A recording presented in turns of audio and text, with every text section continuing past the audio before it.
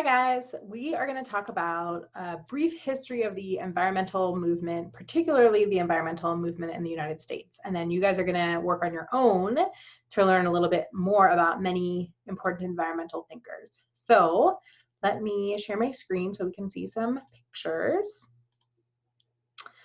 Okay, so let's see, start the slideshow. Okay, so thinking about the environment started to become very popular around the time of the Industrial Revolution, which of course doesn't mean that people weren't thinking about this before. But as people started to be able to manipulate the environment more significantly, and as the global population started to rise, it became apparent that people had the ability to alter the environment in ways that was very significant and, if not permanent, at least would have long-term impacts. And so at that time, there was kind of an awakening to thinking about what we wanted our relationship to the environment to be. And so in general, kind of many early environmental thinkers and people that were raising the alarm about environmental policy and environmental protection were really in the camp of people that were interested in preserving the environment for the optimal use. And so this is often thought of as kind of the camp of what we would call conservationists. And the idea here was, hey, we need to think about sustainably using things like forests or water, because if we don't, we are screwing ourselves over. We're going to need these things not only today, but in the future. Our children and grandchildren are going to need them. And so let's think about how we can use them in a way that's not going to undermine the ability of future generations to do the same. And so this is what we would think of as kind of a human-centered environmental view. Hey, we want to protect the environment because we want to protect ourselves. And of course, that's still an awareness that we have, and I think that's still an important argument to support sustainable programs.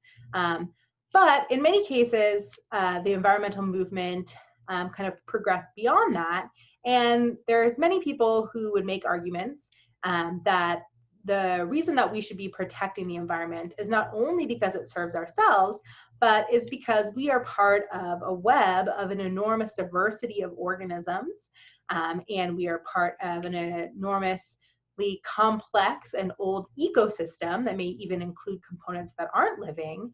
And the idea there would be kind of like, who are we to destroy the environment for other organisms?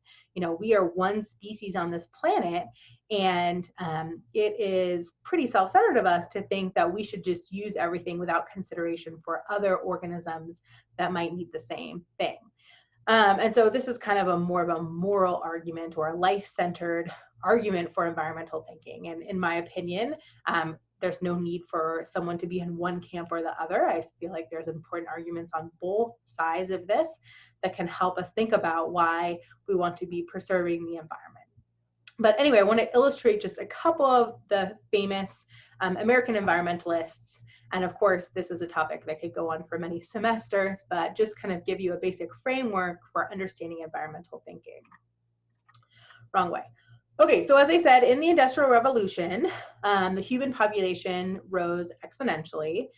So around the late 1700s, we started to figure out that we could dig up these fossil fuels and we could burn these old carbon compounds to release an enormous amount of energy.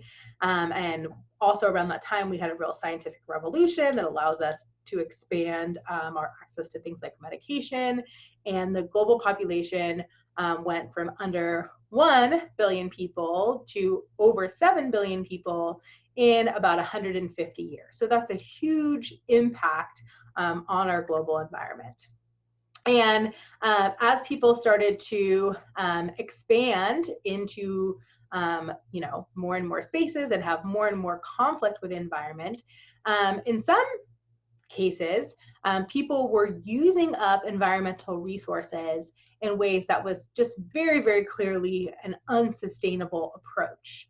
And so like a real kind of tragic example of this is the massive kill off of the American bison as European American settlers started to move from the eastern seaboard into kind of the central part of the United States. And there was this kind of massive effort to kill bison for sport and to undermine different kinds of Native American populations that used the bison as an important spiritual and just kind of basic life resource. And so here's a picture of somebody standing on an enormous pile of bison skulls. And something like this is a really clear illustration that the people that were involved in this process were not thinking about the sustainability of certainly the population of bison, but also kind of the sustainability of different ecosystems that depended on bison, et cetera. And so if we were going to continue to treat resources in this way, it became obvious to many observers that this was not going to allow us to have continued access to these kinds of organisms and resources surrounding these organisms in the future. This wasn't just true of bison, but we had approaches for kind of clear cutting where we would go in and just clear forests of entire watersheds all at the same time. And so again, this is not the best way to support ecosystem function, support water quality, limit soil erosion. And while we still have lots of forestry that goes on in the world today, for the most part, we're not undertaking it in the same kind of approach that was going to kind of undermine our ability to have these supportive resources. So as I said, many people started to kind of raise the alarm about this. And one kind of famous early environmental thinker is this guy named George Perkins Marsh. And he wrote a famous book that has a longer title, but is most commonly referred to as Man and Nature. And a quote from it says, "Man has too long forgotten that the earth was given to him for usufruct alone." So usufruct means use, but really not ownership. So not for consumption, still yes for profligate waste. Man is everywhere a disturbing agent, and whenever he plants his foot, the harmonies of nature are turned to discord. So he just started to observe like, wow, humans are really not just going in and taking what they need and leaving the rest. They're really starting to have significant disturbances. And this particular guy had worked as kind of, what is it called, a political, the word's escaping me, but anyway, he worked in what at the time was the Ottoman Empire, so kind of the area of modern Turkey and in the Mediterranean for many years, and saw a lot of the kind of devastation that is a kind of historical remnant of both the Greek and Roman empires, and how that the kinds of very rapid expansion of those empires had led to some real soil degradation and transformation of agriculturally supportive landscapes and forests into much more arid landscapes.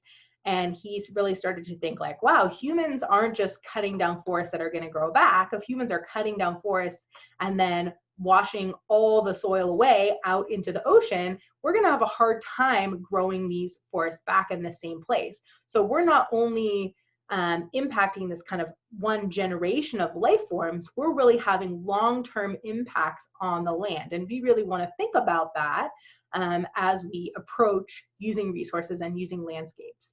And so kind of another common concept that is attributed to Marsh is that he said our ability to manipulate the landscape needs to be commensurate with our responsibility to manipulate the landscape responsibly. So commensurate meaning if we have a big ability to disrupt the landscape, we need to also have a lot of responsibility in co-measure responsibility to make sure that we're taking good care of it for other life forms, but also just for ourselves. And so again, this is this idea of using resources, but trying to conserve them so that they would be available in the future as well. Okay, so then in the next few decades, there were many people who started to make arguments that were more moral in nature. So they weren't so much of a practical look of like, hey, we want to use these resources sustainably, but they were more of kind of like a spiritual or moral calling to protect nature, as it was becoming obvious to those looking around that this kind of idea of ever expansive nature that was going to be there forever without end was kind of not the reality of what was going on as people increased their population and increased their ability to transform landscapes.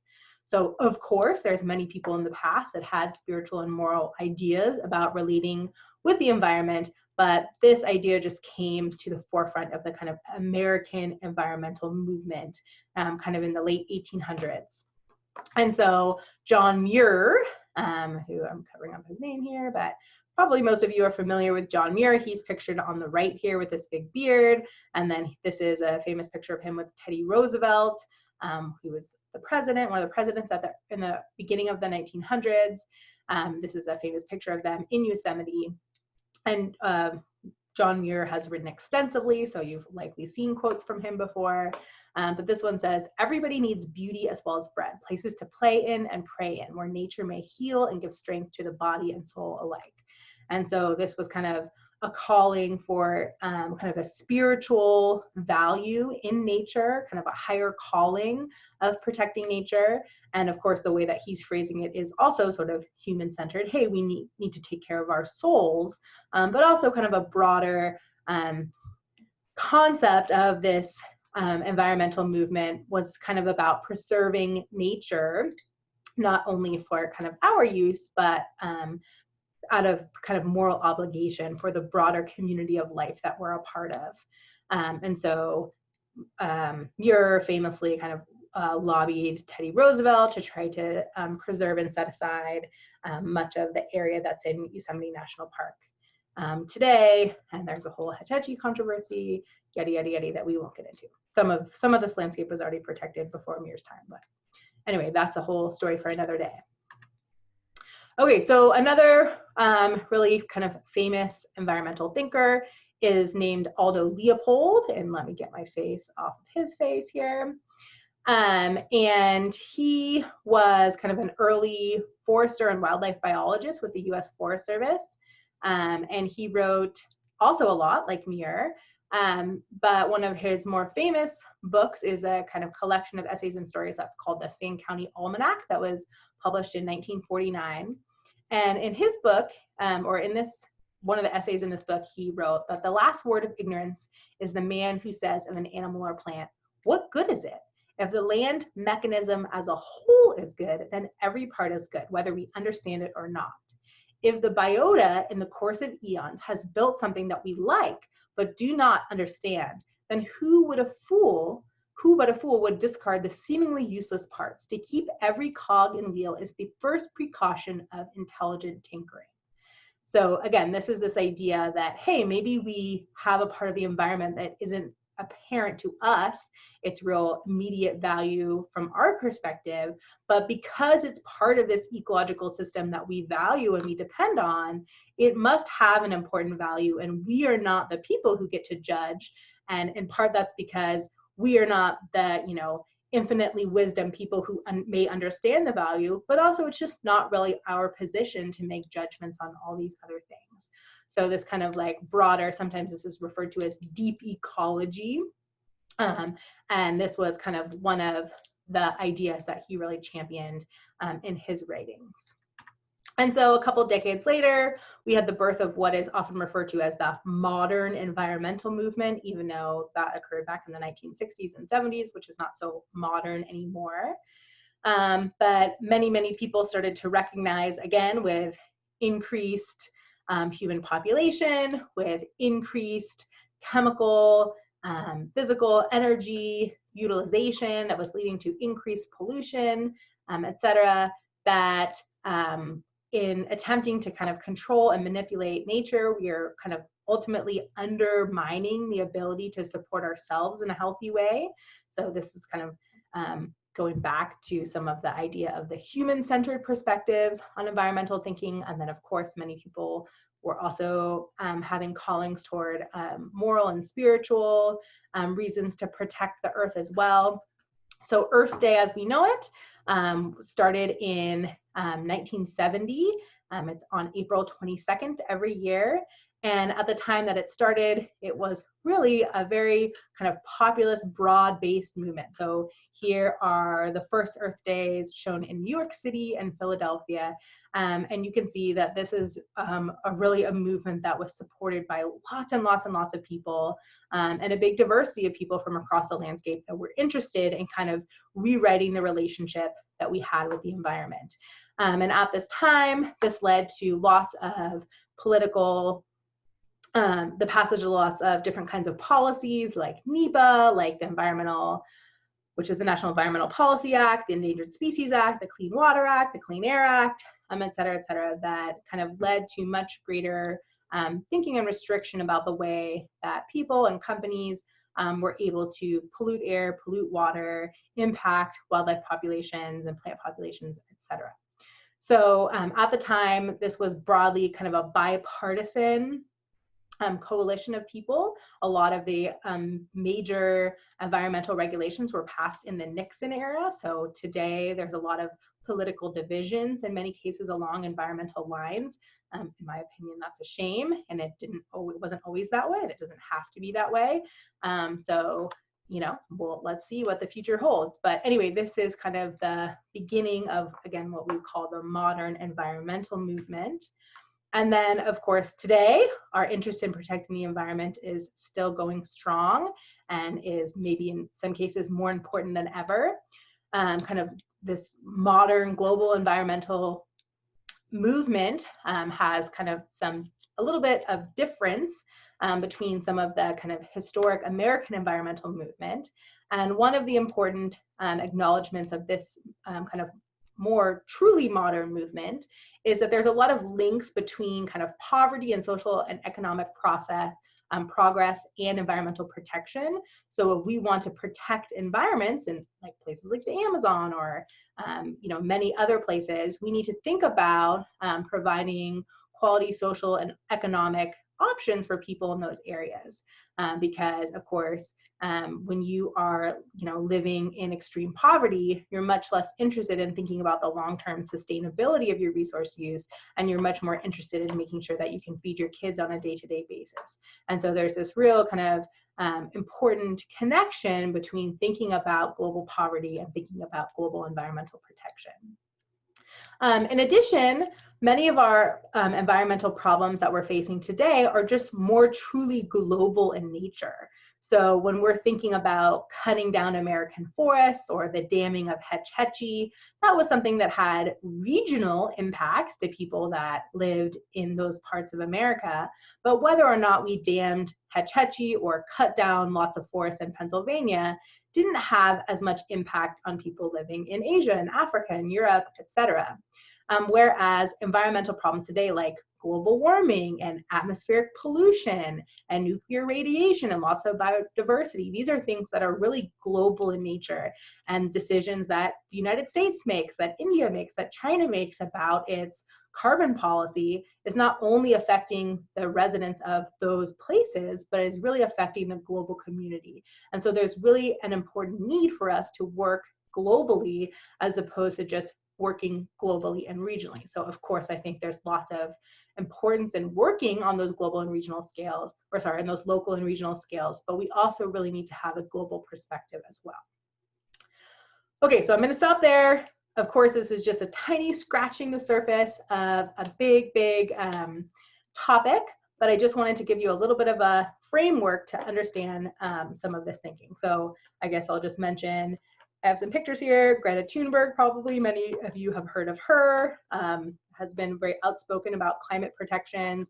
Vandana Shiva is a professor in India, and she is a very kind of outspoken food rights advocate.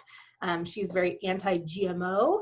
We'll talk more about GMOs later, but that's not her only thing. And then Wangari Maathai is kind of a famous African environmentalist that has been involved in what's called the Green Belt movement, or in the planting of lots of trees in Africa in order to kind of restore watershed health. So anyway, you can learn more about them on your own if you want.